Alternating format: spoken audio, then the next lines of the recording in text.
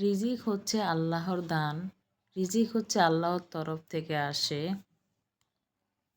তাই তো আবারও চলে আসলাম নতুন রান্নার ব্লগ নিয়ে। কি রান্না করব আর কি গল্প করব তাই আপনাদের শেয়ার করতেছি।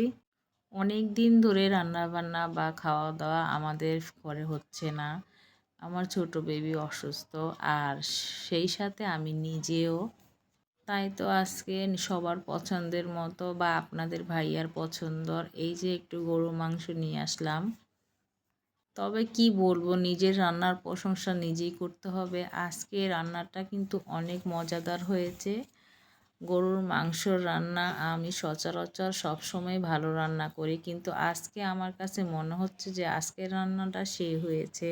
অনেক দিন ধরেই ভালো মন্দ খাই না, মনে হচ্ছে তার জন্য একটু বেশি মজাই হয়েছে। তো এই যে চুলায় রান্না বসিয়ে দিলাম। তো পেঁয়াজগুলো এখন বাদামি কালার করতেছি, আর আদা রসুন দিয়েও আমি সুন্দর করে ভাজা ভাজা করেছি।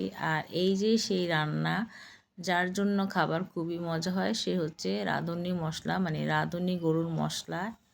তো রাঁধুনি হলে আমার আর কিছু লাগে না, আমার ঘরে সব ধরনের রাঁধুনি মশলা পাওয়া যায়। তো এই যে মশলাগুলো আমি একদম ভাজা ভাজা করব। এর মধ্যে গরুর মাংস দিয়ে দিলাম। আজকের গরুর মাংসটা সেই হয়েছে। আজকে তো অনেক খুশি আমার স্বামীর, তার মন মতো রান্না হয়েছে। তবে আমার বড় মেয়েটা গরুর মাংস খেতে চায় না, একটু আনাগোনা করে। তো এই যে একদম ভালোভাবে আমি কষিয়ে দিলাম, কষিয়ে একটু পানি দিয়ে দিলাম।